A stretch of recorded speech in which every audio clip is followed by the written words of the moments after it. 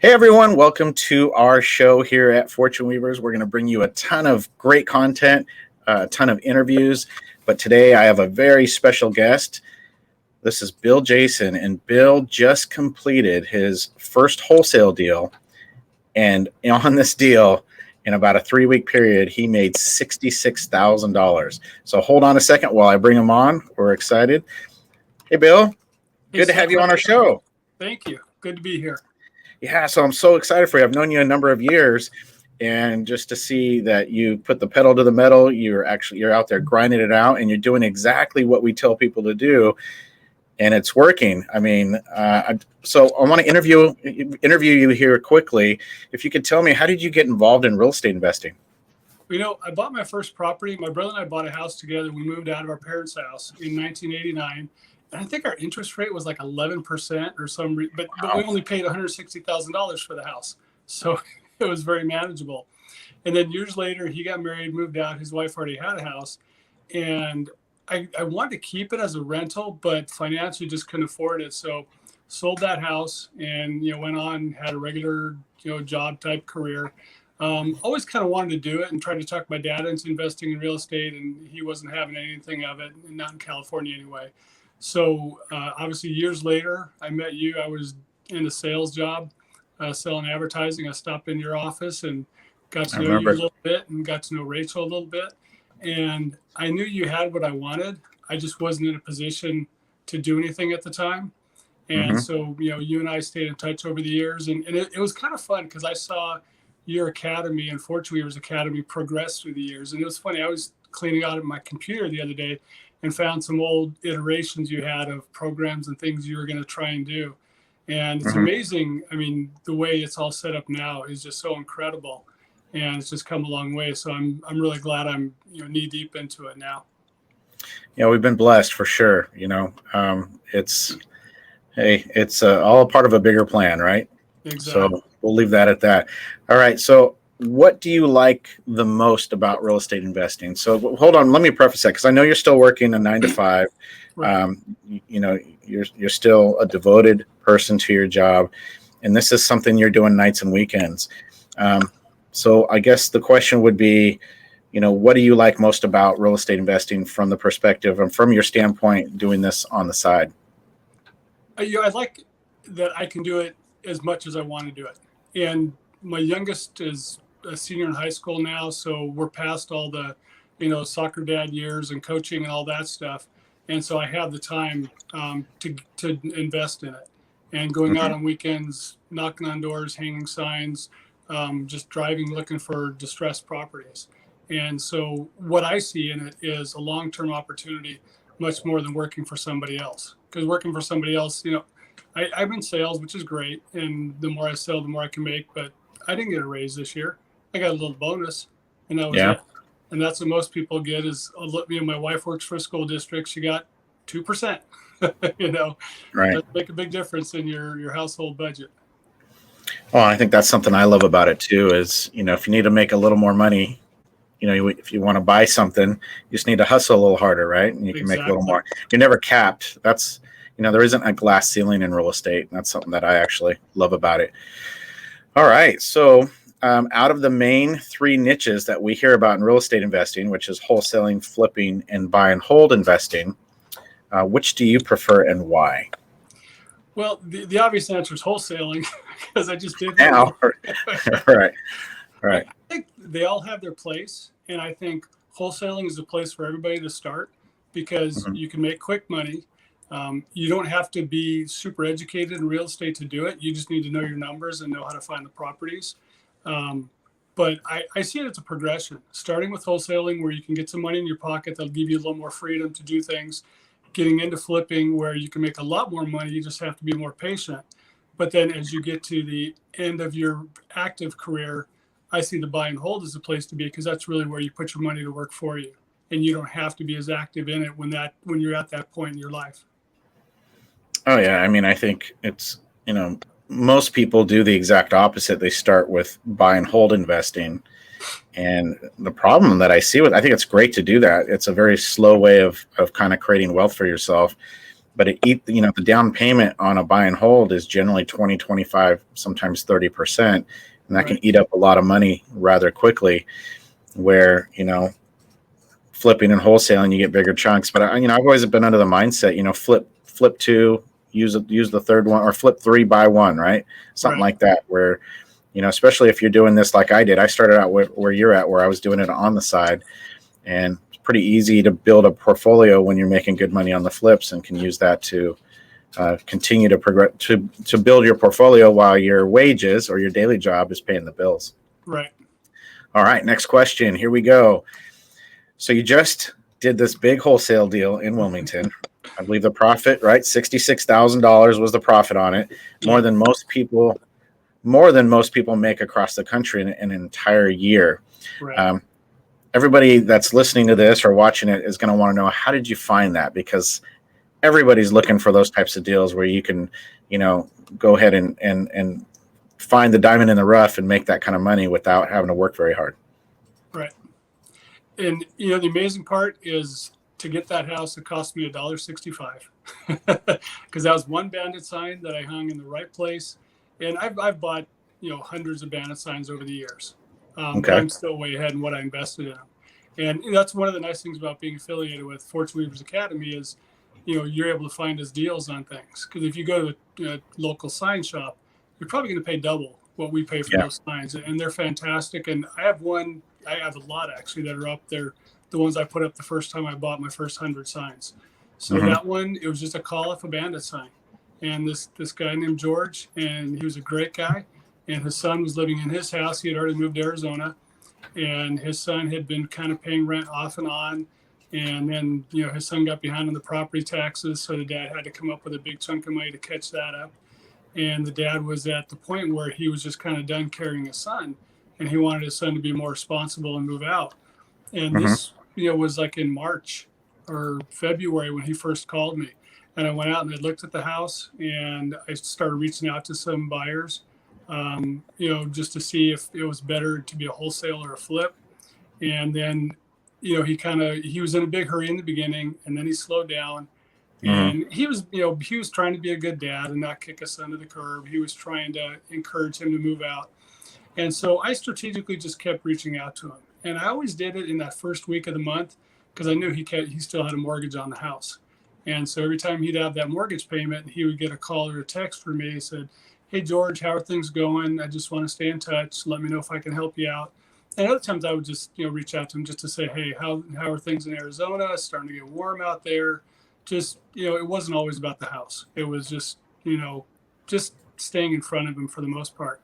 When property taxes came around, I made sure I reached out to him, early April, late March, and just kept reaching out to say, "Hey, I'm here for you. Let me know how I can help." Okay. So from the time you put up the bandit sign to the time you got the call, how long did that take?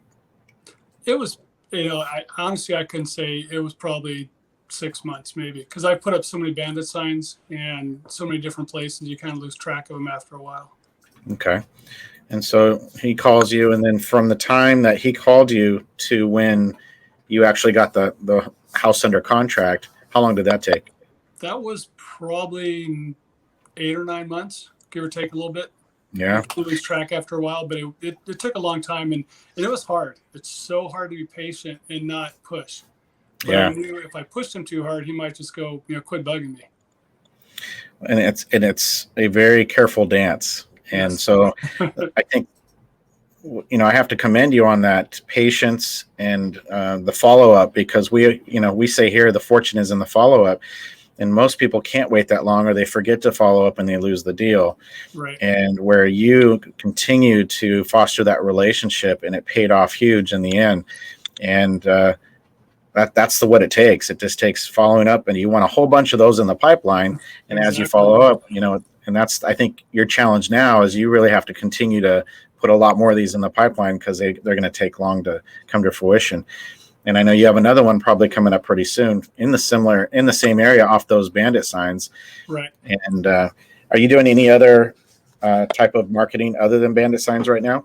I've been looking at expireds and Okay. just driving for dollars, looking at houses. I was talking to somebody the other day, and I think it was last weekend when it was raining. I went out looking for all the houses with the tarps on the roof, and I found a whole bunch Smart.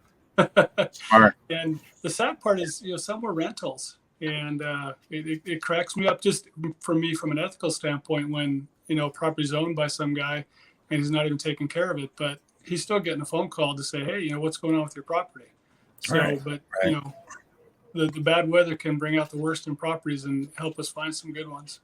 Sure, especially here in Southern California, because Yep. we don't get a lot of bad weather. So when it happens, you better get Exactly. out there. All right. So you had an opportunity to flip this thing, and I know you're flipping another house right now. You Right. had an opportunity to flip it. So I know when we ran the numbers and looked at it, we were going to have to use hard money. Do you remember how the numbers looked on a flip versus the wholesale? Yeah, I think I would have made maybe in the $40,000 range on a flip. Mm-hmm. And so obviously wholesaling was a much better option because I was going to get paid in 2 to 3 weeks versus 6 to 8 months. And it's really Mm-hmm. hard because I love the construction aspect of a flip, and I've been really enjoying going and learning all about that on the flip that I'm currently involved in. Mm-hmm. So and that's all part of what we learn at Fortune Weavers Academy is learning construction costs and getting out there on a regular basis. Keep an eye on your contractor, but also just learning as you go.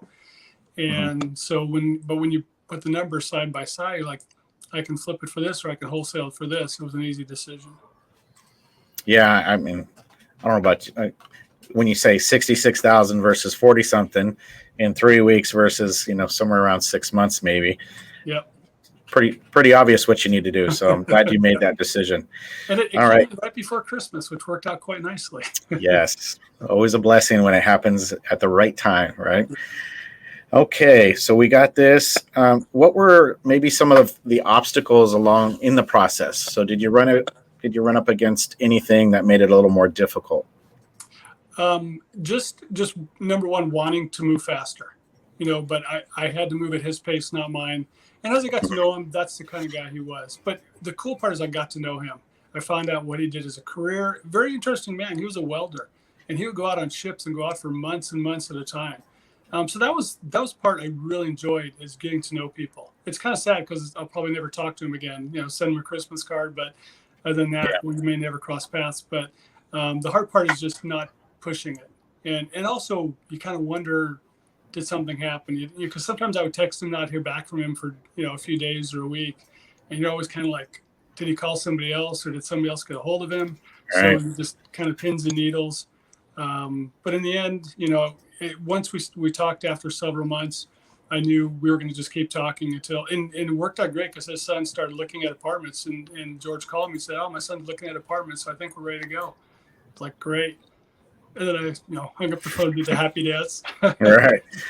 Well, I remember another obstacle because this gentleman was not technologically savvy, and we needed some documents signed. And so you drove.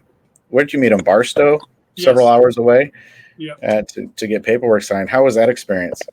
It was great because I knew from the beginning he didn't like to do email. It just wasn't his thing. And so when we needed his documents to go back, he was like, well, you can use my brother's email, but I kind of rather not. And so when we had this, one last thing that had to be signed, I offered to go all the way out there. And he's like, oh, I'll meet you in Barstow. You don't need to come all the way out here. And, because he lives in Bullhead, I think. And Mm-hmm. so, it was just like, this is just what I need to get it done. I truly never even gave it a second thought. If I had to take a day off work, I would have done it, but we fortunately met on a Saturday. So it's just, what are you willing to do? And that's what again, it was a no brainer, but, and it wasn't even about the money at that point. It was just like, let's just, put this to bed. He wants out of this house. What do we need to finish this off? Yeah. Well, and obviously you did a great job of fostering the relationship because normally what we see on these is they're not usually just calling one bandit sign. They're calling Right. multiple, and then they start having conversations, and then someone knows a realtor, or you should talk to my brother, he's a realtor, so on. And so, when you don't lock it in right away, usually there's that competition that can get in the way. And so you did a great job of that. And I think Thank you. what you did when you make that drive, I love the fact that you're like, all right, I'm going to go do it. get up at 5 a.m. and go driving. So, great job on that. All right. So let's talk about the future. So you're working a 9 to 5, right? And, we're early in the year. This is 2021, early in the year here. What is your financial goal for this year? My goal is to make over $400,000 this year, which hold on. Woo! Okay. All right. And it's all numbers, and it's to do a couple wholesales a month and hopefully 3 or 4 flips. And it's really actually based on a couple wholesales a month and 2 flips throughout the whole year, in addition to the 1 flip I'm in already. Okay. So it's more of a volume, I guess, with a lot of wholesale deals that I'm looking for. And I know it's completely off the radar of what I've ever made before, but it's like, why would I set the bar really low? Oh, I hope to do 1 wholesale this year. And if I fall short, that's okay. But I'm looking at it every month. I'm not looking at it. I'm not waiting till the end of the year to see how I did. I'm looking at it every day, but then I'm going to be reassessing, at the end of the quarter and see how that first quarter went and see if I'm on track for the year. Yeah, I think that's a great idea. And, this is not about being super skilled when it comes to any particular thing. This is a job and a business that's all about numbers. And the more you prospect and the more you have a bandit signs out marketing, and you actually follow up, the more money you can make. You can absolutely reach that goal this year. And so I want to talk a little bit about, how much your paradigm shifted, because I've known you for a number of years, and, $400,000 was never on the radar. Right. $400,000, was pie in the sky, and you are in a position now where you have tasted it, you believe it, you're involved in a flip, you did this wholesale deal, so it's possible. So how much has your paradigm shifted in your mindset over the last few years? This whole thing, any success, it's just all between your ears. Because I was just thinking as you were speaking, it took 0 real estate knowledge for me to buy that house from George. All I needed to do, comping, that's all numbers, that's math. But I didn't need to know, anything about real estate. And so it just shows you, this is all about hard work and having the confidence that you can do it. And then every day committing yourself again and again and again, and recommitting yourself and giving up TV, giving up whatever, the stuff that's not making you money, so that you can achieve your goals by hitting, all those targets that you set for yourself. And the other thing that limits you is yourself, and making that decision. I'm going to commit to success right now, not a year from now, not tomorrow. Got it. Love it. Well, thank you for sharing your experience. I'm sure those listening to this are going to enjoy it. And if you want to go ahead and comment below, ask any questions you want, we'll go ahead and try to get those answered for you. Bill Jason, thank you. I look forward to helping you reach that goal of $400,000. And we'll check out first quarter, see how you're doing, and we'll do whatever it takes to get there. All right. Thank you for joining us. Oh, thank you, Sam. All right. Well, you have a great day. We'll talk to you on the next video when you do another big wholesale deal. All right. Sounds good. Talk to you later.